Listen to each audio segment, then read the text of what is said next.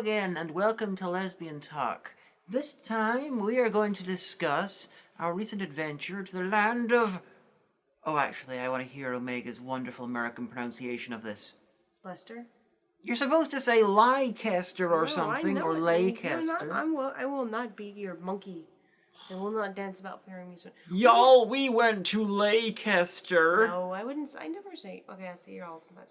No, we were gonna. The thing is that we were going to record an episode live at AlCon. Yes. And the problem was that because the British Isles could literally fit in Texas, but to get to one part of them to the other, it takes a million hours. We actually had to leave Leicester a lot earlier than we planned on Sunday to avoid having to get like the 12 midnight airport or back to Derry. Yeah, basically Birmingham to Belfast flights are really shit.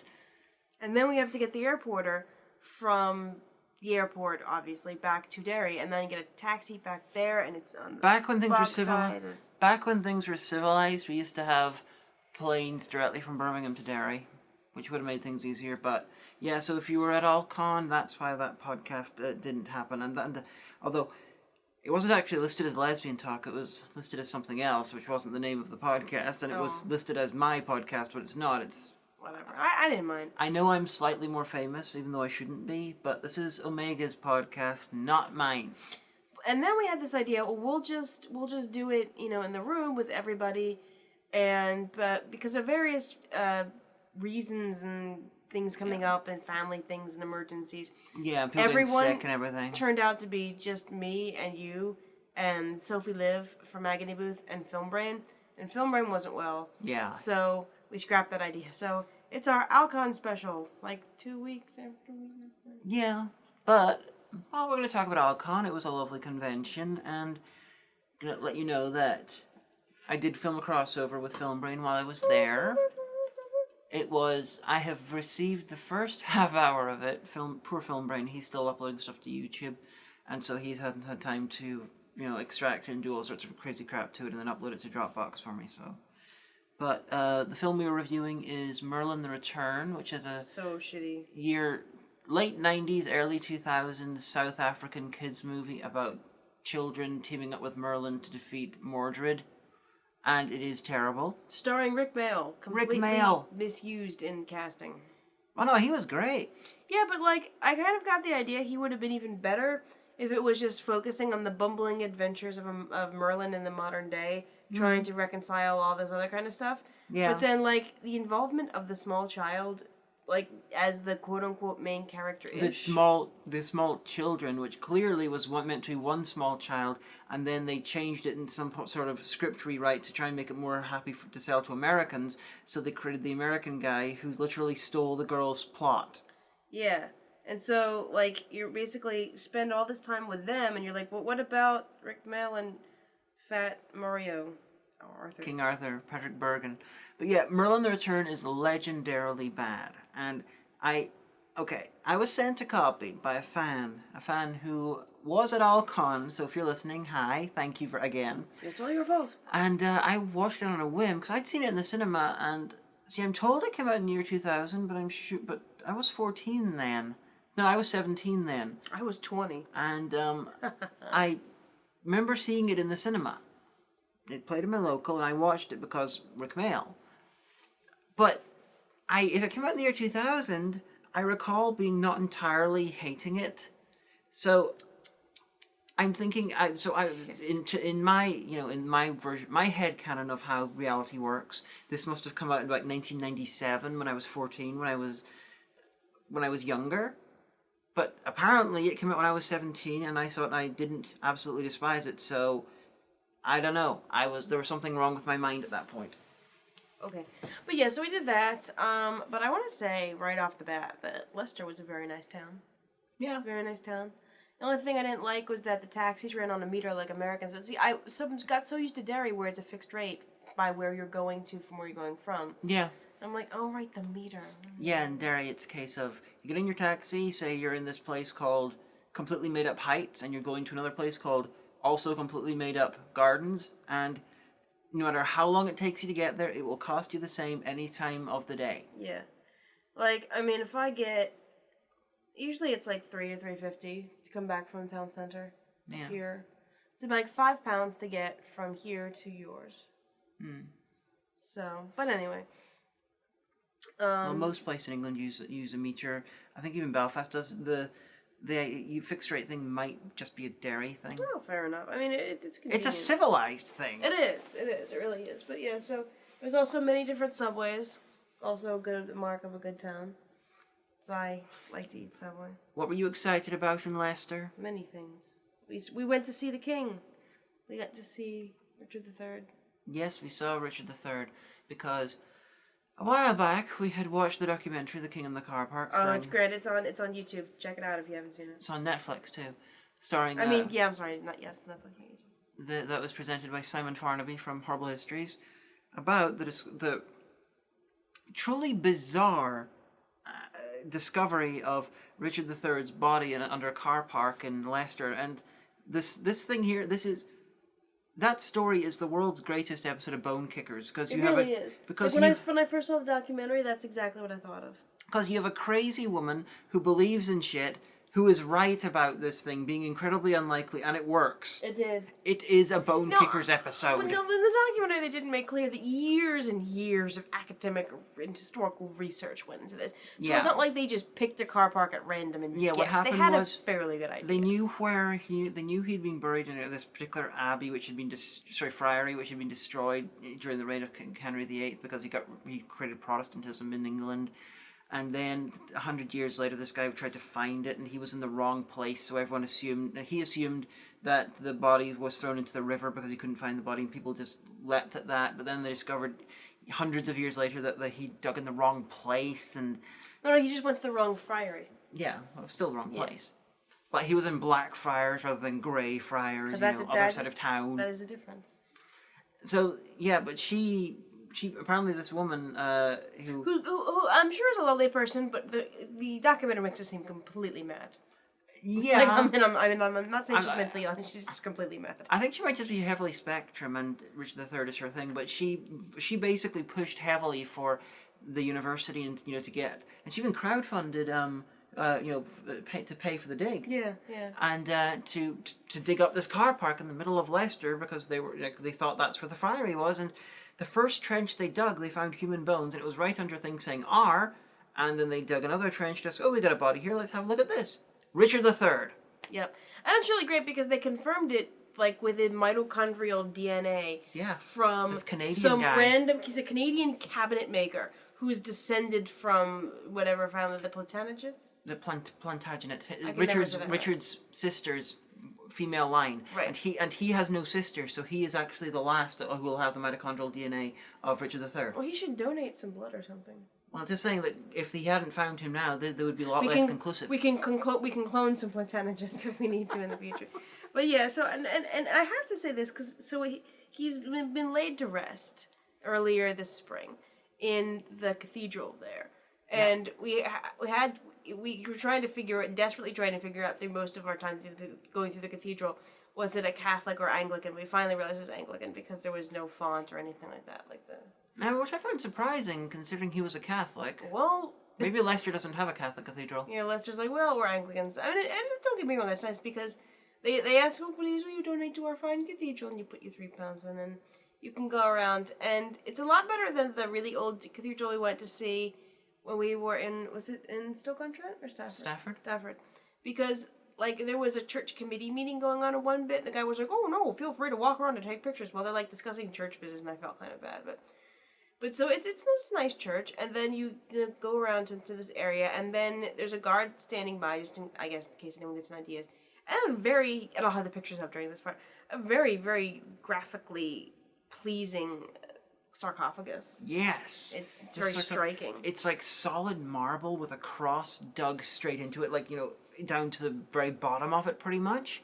So it's really, really striking. It is. And what's wonderful about this is Richard, by way of what happened to him, because he died in the Battle of Bosworth Field. It was in one of the English Civil Wars, and he was defeated and killed, and Henry VII took over, whose granddaughter was Elizabeth I, But because of what happened, 2 kings later, sorry, no, what happened, so not 2 kings later, about 4 kings later with the beheading of Charles I, Richard's the only king that we have from before Oliver Cromwell where we have their body. God, see, I've long said, we even have, there's an episode of Lesbian Talk called God Damn It, Cromwell. Yeah, because But- one thing what Cromwell did because the UK became a republic England became a republic for about 10 years.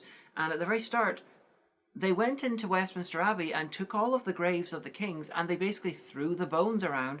And now the graves are there. However, they've got random collections of bones in them. There's a I mixture. think that they should do spend some time with some DNA sequencing and sort that all out. Well, they could work out what bones go with what, but they probably couldn't work out who exactly is who. That's a good point. So that See, if it's a jumble. There's anything bad that happened in British history, it's either the fault of Margaret Thatcher or Oliver Cromwell.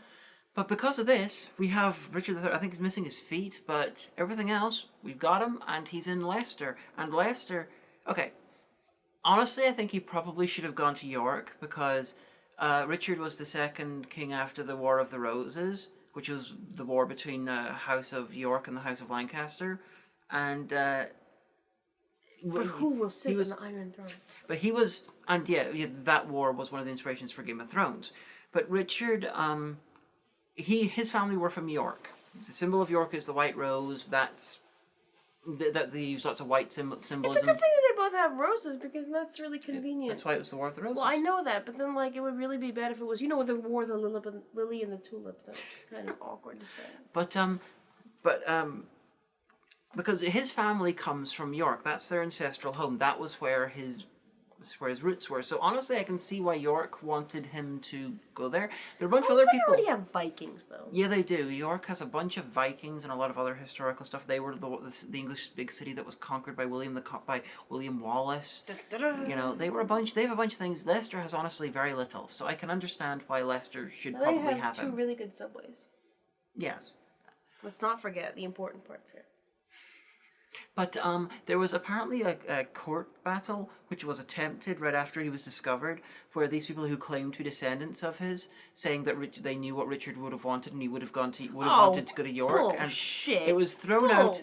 It was thrown out immediately for good reason. I but know what he would have wanted. You lying liar. But I can understand why they would want to have him in York. Oh yeah, but the thing is that you get out of the cathedral, you're like, well, wasn't that grand? And there's a wee visitor center. Oh yes, it just says visitor center. We went to go see it because, and all around Leicester right now, they have these, I guess they're semi-permanent, huge sand sculptures. I guess they're sprayed with something to keep the rain from melting them. They have a major hard-on for sand sculptures. But each one is sponsored by a different local business, so we took a picture of that. And we're like, let's go into the visitor center, and I balked because it was like $7.99. And I was like, no, it's expensive. And so I was like, well, I'll pay for it. I was like, okay. But then I realized I'd have to get lunch, so. So this visitor center, lunch cost more. I think you got the better side of it. But the visitor center, I don't know why they call it a visitor center. It was a decent fucking museum. And here's the thing, and I wrote this in their wee guest book because I really do believe it, that I feel so stupid saying this, but all the exhibits and the way each thing was put together showed remarkable use of graphic design. I wish I'd taken a few more pictures.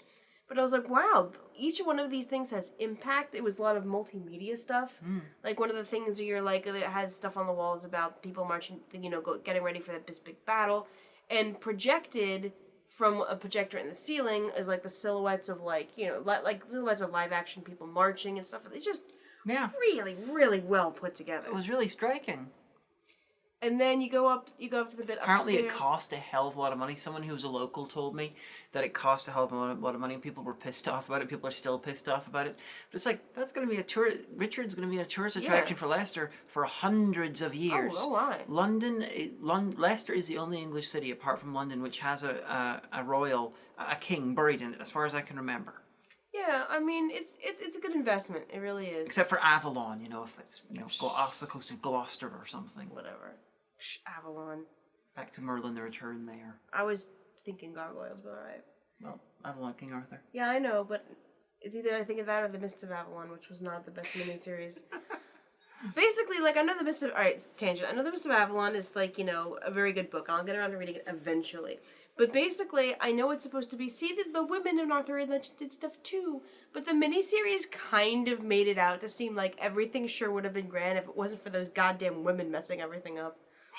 Fucking woman. But yeah. But so no, so upstairs you have, like, you know, the all the forensic bits and stuff like that, and... Yeah, that was the story of how they found him again, Yeah, which that was again really is... cool. It's an episode of Bone Kickers. If Richard had turned out to be like this sort of evil undead zombie warlord who was going to lay waste to the modern day, it would have been episode 7 of Bone Kickers. Pretty much, and that's where they have the original the recreation, the wax model that Yeah. they had the forensic anthropologist do. Yeah, because the documentary that we first saw, it was originally called Looking for Richard, and it was supposed to be a sort of a quirky documentary about how these crazy people are trying to find Richard. Oh, they'll never do it. Oh, then of wait. course they did, so it changed completely. The king of the car park. And the cool thing is, they have a wee cafe. We didn't go in because we were going to get lunch elsewhere. And then we were like, so can we actually see the car park? And they're like, oh, it's through that door. So you go through this little room and you hear, like, you know, there's recording of monks singing being piped in. And there's a guy standing there. And basically it's stone. And then there's that very, very, very thick glass and glass bottom boats over the actual trench, and you can see like a bits of the tile mosaic from the floor of the church. Yeah. And they have this really cool thing where it goes, flashes on and off every few minutes, that it shines down a light in the shape of where Richard's skeleton was actually found. And the picture's not very good, but it's going to be up right now. And the guard was telling us all where the curtain walls were, and he was Yeah, great. he was really good. And we monopolized the time until like a huge crowd came through. We're like, Well, to be fair, we were the only two there for a while. But it was absolutely It fascinating. was really good. See, if you're in Leicester or if you're nearby and taking a day trip to Leicester, check it out because it's really worth it. Yeah, and apparently they were very fortunate because right beside the car park was this really old, disused building, which they were able to convert into the museum, and then they were able to extend it out and, basically take over half the car park in order to have this bit where you can look down into the trench. Apparently that annoys locals as well because it's a big central car park. Well, they can build another car park. Well, yeah, they can. But yeah, I don't know if the camera's picking that up, but because we're just filming this to camera. But my sister-in-law's elderly cat has fleas and is like out in the hallway scratching itself and making its bell ring. So that's what I deal with every night. So okay. Anyway, back to Lesbian Talk. Talks about AlCon. Richard III, and now we're going to the sub thing of AlCon. It was a nice. It was bigger than Con Bravo. There was The a lot opening- of people for a British convention. There was a lot of cosplays, and the opening ceremonies were off the chain.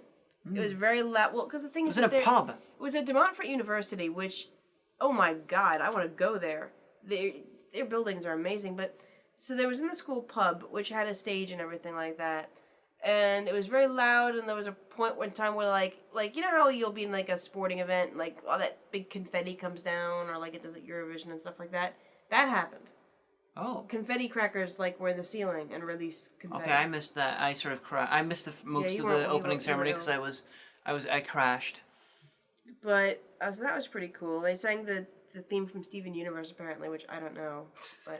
But so we did a Cards Against Humanity panel. If you you've did. been if you've been to you did as well. You were the compere. Yes, but it was your thing. But If you've been to my BroCon ones, or the one at QCon, or even the one I did with MascoX at AkumaCon, basically the same sort of deal, but Omega on the spot worked out a way to improve it, which next time I go to a con, you do the improved one, which means that more people play, and it's wonderful. we gave out prizes and stuff. And the cool thing was that it was on the main stage, and there'd just been, I think, some voice actress doing karaoke or something like that. But a lot of people, because the main ceremony had just been a few hours before, or an hour or two before, were still in the bar. Yeah. So we had a pretty captive audience of a lot of drunk people. Yeah, which was great fun. Because the bar, and I that was my one regret from the convention, is that none of the nights I really felt up to throwing down kind of drinking. Yeah, plus we had a 20-minute walk back to the travel lodge. I could have managed that. But they serve cocktails in pitchers, and I seriously had they come in pints? I'm having one kind of moment when I saw that the first night. And fish bowls too, apparently. But so we had some very drunk people, which is very good because you were crashing. You hadn't been feeling well. Yeah. I was exhausted at the edge of my rope. But you were sort of you really stepped up, and okay. If you were at the one at BroCon or QCon, the Avatar Decent Humor does a wonderful job at it. Omega was possibly better. you know what? It was one of those moments where all of a sudden we're on stage, we're on a professional stage, there's a mic in my hands, there's lights in my face. These people are drunk. Apparently, I'm an internet celebrity. Yep. Here we go. So I tried to be a good kind of MC. I channeled Nash, as he does, Justin's old pub quiz now, and threw a wee bit of stand up in. And you were excellent. The next, You think that? Oh, you were. No, but hopefully no one caught that on video and is on YouTube being like, Jesus Christ.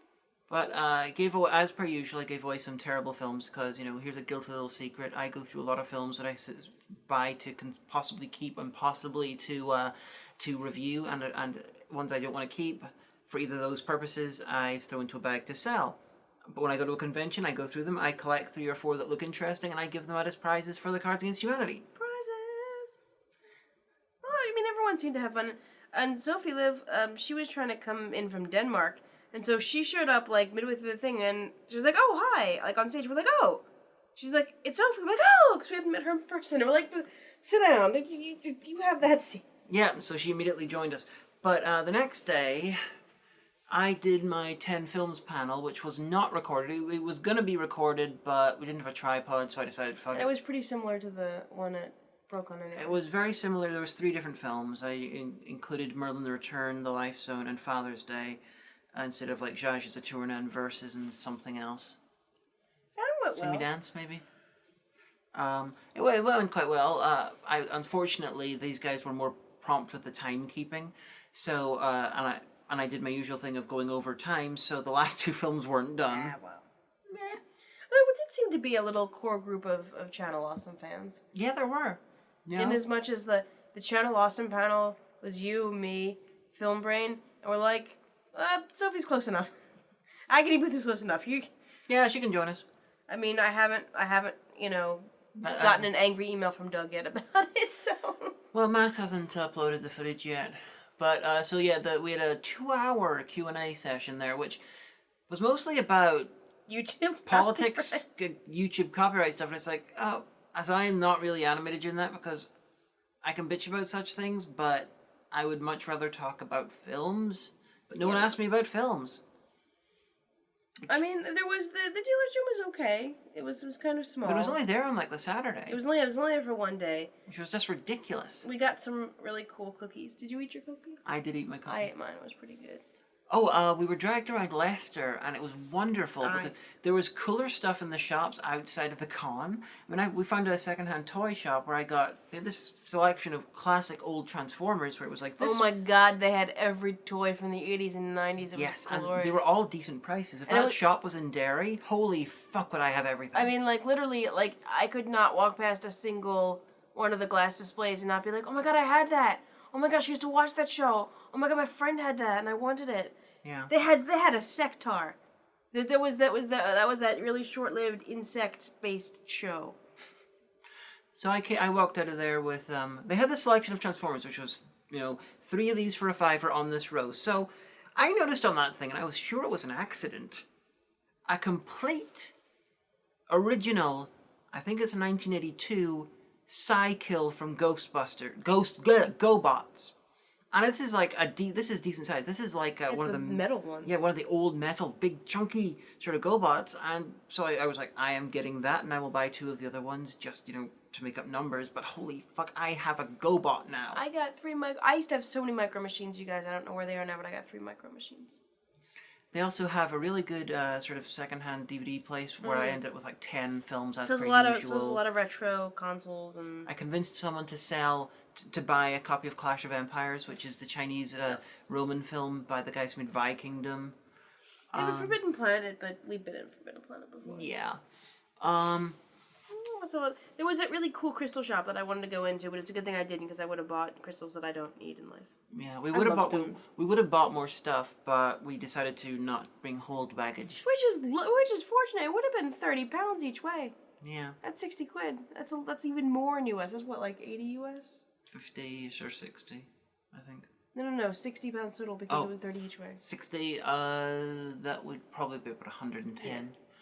Yeah. But, not happening.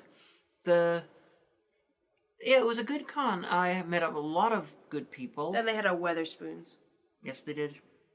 I met a bunch of fans, people I'd never met before, and unfortunately I'm terrible with names, so the only one I can remember the name of was Petya. Wonderful Chell cosplay if you're listening. When we went on this epic journey the last night yeah. to try to find food, and the South African cafe that Google told us was open was not open. Yeah. We were gonna go to this. I wanted South African food. We were going to I this never had Armenian it. place that was closed, but right next door was It was Afghani. Afghani. It was this place called Grizzlers. Which was our last ditch effort to find something And we're to like, eat. is this place open? Is this place open? And there's a whole bunch of guys. They looked of ethnicity, but I don't know which one. But they were all really nice. And we were like, we want to get this. Like, problem with that. We're out of this ingredient. But we all ended up getting something. And yeah, there was a bunch of guys working there. But we were the only people buying, except for one guy who left. Yeah. And then you and I got pizza. And my pizza was very decent. I mean, I don't even remember what we paid. It was so late. But it was very good pizza. And you said... Well, I basically asked for their spicy vegetarian one, and I asked them for extra spice, because I'm a spice fiend. And so they put extra spice on it, and then partway through they were like, oh, is it spicy enough for you? Ha ha ha. And I was like, actually, no. Can I get some more spice? I was joking, but they brought over a little container filled to the brim with green chilies. And then they brought over a bottle of their homemade chili sauce, which they sprayed beside me. Oh my god! I dipped my pizza into it, and it had fresh onions in it. That was evident because it tasted like this. There's a restaurant in Derry called Mama Masala, which is an Indian Italian fusion place. Don't laugh because it's awesome. Yeah. And if you get the Papadums, there's this one sauce that I don't know what's in it. Crack probably, but it also has lots of fresh onions and it tasted a bit like that. It's imagine fresh onions, relish mixed with like tomato ketchup and good stuff. There's just other like coriander involved. And... It's really good, but so they tried to outspice me and they didn't quite manage it, but it was nice. I wish they sold that. I want to. Well, you could have brought it back on the plane, but. Well, I told them that if they bottled that, I would buy the fuck out of that. Yeah. But it was good. Jonathan from Agony Booth was with us, and I think he got chicken. He got their lemon chicken, so that was good. No, Petty and Sophie, they got burgers that they said. Yeah. Pretty good. So, if you're in Leicester, give Grizzlers a try because they're near the theater. Stuff's great. They also do a virgin mojito, which their blender makes a truly horrific sound. Like I was like, what the fuck is that? Apparently Patchy had only moved into Leicester about a week earlier, so she's still looking for places that are as good as Grizzlers. Yeah. Oh. There's some really good cosplayers. It was so good. There was a guy who did an amazingly good Doctor Strange cosplay. Whenever he walked past, I screamed, "Holy shit! It's Benedict Cumberbatch!" That was a good cosplay. There was two really good Mad Maxes. Yes, and there was this guy who did a sort of a crossplay of Samus. Now, I don't know what exactly... The guy was using tape and padding and everything, but facially, definitely guy. Going down, everything else, I don't know how they managed to recreate the character. This is like not the original Samus, who's really tall and quite burly. Mm-hmm. This is the later Samus, who is sort of more petite and sort of slim and sort of looking more like a model. So it's like... that is I've watched a lot of RuPaul's Drag Race, and I'm guessing you have too for tips. It's like, Jesus Christ. The first day we saw good work. Somebody in like a full body sock who was a Heartless from Kingdom Hearts, and he was wandering past, and he couldn't... Was that the ant? Huh? Was that the ant? No, he was a Heartless. I don't know what a Heartless is. The little, with the little black and the boingies on the top. Yeah, I thought that was an ant. No, he's not in it. But the first day that we saw him, it was only in passing, and I couldn't help but notice that his penis was in an unfortunate position. And I was like... I don't remember that Heartless getting boners. But there was you know what? You never got a pasty. There was the spar next door to the... I'll be fine. Yes, we don't get pasties in Derry very much, and I always try to get one when I go to England. But, I mean, like, it was... I used to live in England, and I lived in the Midlands, and the guys have amazing spicy food and really, really good pasties. What else? There was a really great Asian grocery. We got some stuff from... Now I do kind of wish I'd gotten them rice cakes, so I think I get them off Amazon. But let's see what else. Oh, the cosplay soft drink. Oh yeah. They have a thing in this shop. It was a plastic clear bottle but on the top, it was a can top.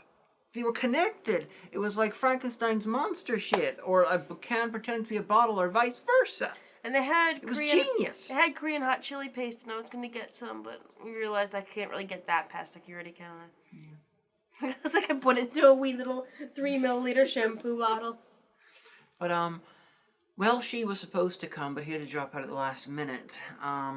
So that means that me and Film Brain both received his sort of identity thing. So both of us were Welshie. We were supposed to take a photo of both of us, with our sign saying that we were Welshie, but that never happened. I know Jill Barrett was supposed to come, but then she had a wedding to go to. Yeah. So the 1 year that we make it, then nobody comes. Yeah. I'll go next year. I would like to go next year. Maybe they'll get Doug again at some point. That's fine. I mean, I'd like to maybe do a What Went Right panel. I'll talk to some folks. Yeah, because we were guests. I mean, I've never guested before, but, like, apparently I was some kind of celebrity, according to the little pamphlet, and I was like, well, there you go. So that was kind of cool. But it was a little bit of confusion in some of the stuff at the beginning, but, Yeah. nice.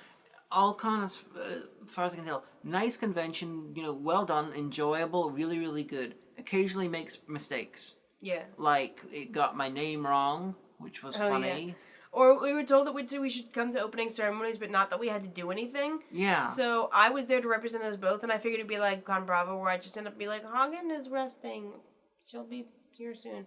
But, like, it was a whole big thing where you're supposed to get up and, like, hype our panels, but they didn't know we were there, so I just kind of sat there thinking, oh shit, no one's gonna come to the panels now, I was supposed to get up and hype, but I didn't know I had to, oh god. Yeah, that wasn't explained. Film Brain didn't come till Friday, and they didn't even mention that he was coming. Maybe you were only supposed to go up if you were one of the ones who were heavily mentioned in the book, because No, we were because like they're that random lower YouTube, level. that random YouTuber. Yeah, but like none of the abridgers. The only abridger that was up there was Musco X. Oh. I don't know. A lot of the abridgers went. A really famous guy was there. Still, we know better for next year. The Twitter's always telling me to follow him. Little Creepo? Yeah, but I don't watch any of the abridger stuff, so I never have followed him. Well, Apparently a nice guy, though. We know for next year. Yeah. Pause But it. no. Pause it. But, it was a really, really good con. Deeply enjoyable. Lots of good people, Yeah, I wanted to go next year. Chatting with people, even if they don't know who you are. Hey, what's up? What's a crack? I'm gonna. And their IT building, which is where a lot of the panels were. Oh, It yeah. was like being inside. It was like an MC Escher had created a tube station. Yeah, it did remind me of one of the tube stations, which is like, because it doesn't have any floors. This thing, you're in the bottom floor and you look up and you see mezzanines and the rooms that are in the thing on the second floor that would be there, they're sort of attached to the walls. But like you go through it like you're going down into like the portal of a ship. Yeah. It's really neat. So you've got these mezzanine sort of catwalk things attached to build rooms attached to the walls, so you can actually look right up to the top floor. And it's like, it's and you have amazing. On these mezzanine things, you've got like seats which are right over they're sitting over. So if you drop something out of your pocket, it flies right onto the bottom floor, cracks someone on the head. They die. I would feel really paranoid about sitting on them. I didn't. I sat down. But the one thing was that the women's restroom had like old-timey toilets. Like there's like the bowl and everything, and then there's like a pipe going up, and then the tank is like a few feet above your head with a pull chain. And I'm like, I didn't know this existed outside of black and white television. I took a picture. I put it on Facebook. I was confused. But yeah, the first night we found a pub that was still open, that kind of like was a Wetherspoon's competitor, so very similar kind of fare. Yeah. And so that was grand. It was great because they had 2 beers for $5. So I was like, well. So if you're next year, if you're in the Midlands area, try AlCon and hopefully see you there. I want to add this to my list of cons I try to go to. Oh. And if I'm gonna guest at it, maybe it'll be cheaper in future. I don't know. Yeah, well, it's all things. But yeah, definitely go to AlCon. But we have a little bit of time left in the show. Yeah. What's happening this weekend? On Saturday, season 35 of Doctor Who begins. Yes, I'm saying season 35. Because season 9 was like John Pertwee's mid-season. The last appearance of Roger Delgado. Now, I've been buying into the hype, and I've been watching all the little bits they've been putting on the internet. And it's gonna be all two-parters. Yes, it is. But the titles are really clever. I'm really liking the titles. I'm liking that it's all two-parters, although I've been hoping that they would do this for a while to make this more like old Who. My only worry is that we're going to get locked into bad stories, because if you have a bad story and they're all one-parters, it's going to be gone within an hour. Two-parters, that's worry, but you don't have to come up with as many stories. We know that the Master's gonna be back because Michelle Gomez has signed on for this. Yeah, and she's been in the trailers and stuff. Maisie Williams, who's from Game of Thrones, is going to be somebody, and everyone's really excited about that. And they're all like, well, there's all this sort of like, oh, who is she? She knows the Doctor. Well, but who in the universe doesn't know the Doctor? I mean, really. Yeah, the show has a tendency to basically try to set things up. They do a lot of trailer lines and trailer moments and stuff with no actual reason in the actual thing. Mm-hmm. It's just for the trailer. I think she's probably a character from the past. She may well be Susan or Romana or someone. It'd be cool if she was Susan. But it's equally likely that she's not. Grandfather! Oh, someone you know is going to be in an episode. Although, do you know who else she could be? Who? It's been suggested that she's even like, Missy or whatever. Like Proto-Missy? Yeah, but the Doctor. Like a future incarnation. Or a past one, who knows? Moffat has a history of changing how the Doctor is just to piss Suit on himself. This thing. So when I say piss on it, I don't mean like in a vulgar sense, although it is. I mean in a claiming it as yours, like a cat type way. But yeah, yes, I do know someone. I don't know her very well. I knew her years ago whenever Bethany Black, who's a stand-up comic. She was in Banana, and she is in episode 9, I believe, which was written by Mark Gatiss. She's there with Reece Shearsmith, my favourite member of the League of Gentlemen. Do you think she'll get to meet Peter Capaldi? Well, yeah. Yeah, well, you could She's just a be guest star. you could be in have a part that doesn't She's a scene where the Doctor is not. She's a credited guest star in a two-part story, and she's important enough that her name's already been mentioned as being in the episode. She's going to have a big part. Wow, that's so exciting! I'd be excited if I was one. I'm really worried now because I knew her years ago on a Doctor Who forum. I didn't even realize she was a stand-up comic until years later when I was like, I wonder what's happening to Bethany Black. I'm going to look her up. Holy shit, she does stand-up comic, and then she became an actor and stuff like that. But because Mark Gatiss does not have a very good record when it comes to New Who scripts.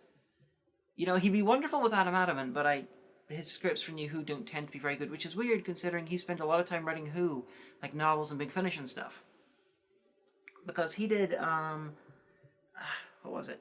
He did The Victory of the Daleks. He did the one with the sort of the giant evil dolls. He did the Robin Hood one. He did the one with the Gelth in season 1. Okay, sorry about that. There was this little emergency. I can't remember exactly where we finished, so I'll just sum up. I like Mark Gatiss in League of Gentlemen. I wish he was in charge of an Adam Adamant, but he doesn't have the best record with Doctor Who on TV. He's much better in other mediums. So I hope that Bethany Black's episodes are good because I know she's a massive Who fan, and I would hate to have to do a 20 Who review about someone who I like greatly, although I haven't talked to her in a couple of years. I think it'd be awesome to be on Doctor Who. That's like the best thing ever. Oh, I would love to be in Doctor Who. Yeah, I decided to bite the bullets and get the Partworks that's starting. In the UK, they do these things called Partwork magazines.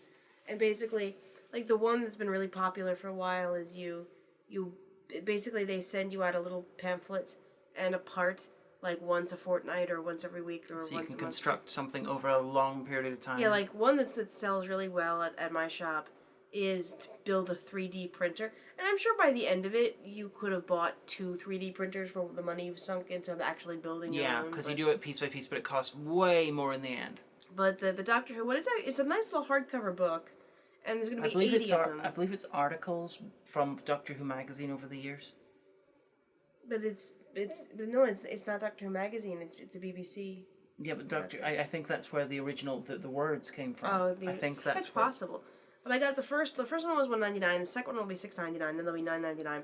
Yeah. But then what you can do at my shop is we have this really great thing where you can sign up to have a magazine on subscription, meaning that like you get a drawer assigned to like a little folder number, like number 37 or something, and then every time the magazine comes out, you just come in and be like, oh, number 37, please, and we go fetch it. Because I get my employee discount on magazines. Now, it's only 15% versus the 20 I get on books. But that's enough to justify. That's still equivalent of about $3. Yeah. But yeah, these are magazine collections. I didn't realize other countries didn't do this. I mean, over the years, I've seen ones like you can buy these. You get lots of pieces. You get magazines about the human body, and oh yeah, so there's a Marvel one. There's a DC one. There's a new one for the solar system, which you build like this huge. You build an astrolabe. Yeah, this huge thing like that. And when I was a kid, it was one of the human body, so you would actually construct an accurate model of the body. Yeah, there's a kids one for globes. There's one for rocks. You get a precious mineral. One is for bugs, where you get like a bug in that clear plastic, which I had to go fetch a customer's order, and then I got out of the stock room and into the light, and I saw that I was holding a magazine with a huge wasp. And I was like, oh, Jesus! And at least two of the people in this house collect this Star Trek one, where it's we saw that one too. Yeah, you get models of Star Trek ships with the magazines. So like two of the guys, they work together. I don't know, maybe one buys them all, but they both seem to enjoy them. So there's like bookcases with the displays of accurate replicas of Star Trek ships. Yeah. So I didn't realize other countries didn't do that. Well, I mean, other countries around America may not, but so what are your predictions for this season? What do you think will be the best thing? What do you think will let us down the most? I think the best thing is going to be probably Capaldi.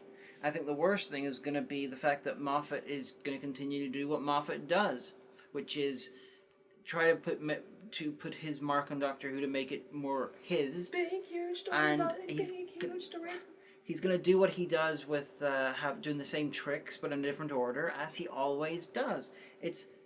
He was an incredibly imaginative person for the first 5 episodes he did before he took over, because it was unique and different. Then he kept doing the same things over and over again. He's a bit like Tim Burton in that regard. You look at when Tim Burton first hit the scene, he was incredibly imaginative and interesting. Then when you realized he would do the same thing over and over again, he suddenly became less so. Yeah. So, I'm just hoping that Capaldi will outlast Stephen Moffat. I would like to see an end of endless Danny cameos. I'm pretty sure we won't see him again. Although we're seeing River again, so who knows? Okay, it's not I like River Song, I like the actress. Because she played a character in ER. Yeah, I like Dr. Elizabeth Cordray. And so I do like her. She was in the kick-ass Kenneth Branagh Macbeth as well. Anyway, that was our predictions. Next week, we hope to have a special guest with us talking about the first episode. That will be Mahan. God only even knows how we're going to coordinate, because isn't Mahan in, what time zone are they in? I think every single person who has joined us as a Patreon joiner on the program has been from Australia. Oh, right. Oh, that's going to be a clusterfuck to organize. That will be probably recorded. I imagine it'll be later for us, early for him, but we'll confirm. That's the hope. Yeah. We'll figure something out. Yeah. Sure, it'll be grand. Just think, this time last year we had like 5 episodes of New Who that had been leaked and everything. They're doing much better this time. No leaks at all. I didn't watch any of them before they aired. I totally did not either. She says. I did not comment at the time about how they removed the best scene from the end of the Into the Dalek. Okay. Between the rough cut and the finished episode. Anyway. But, so that has been us for this week. I have the Omega, and honey, who do you want to have been this week? I want to have been the bassist from the Red Hot Chili Peppers. Why? Because he's called Flea. I don't want to talk about it.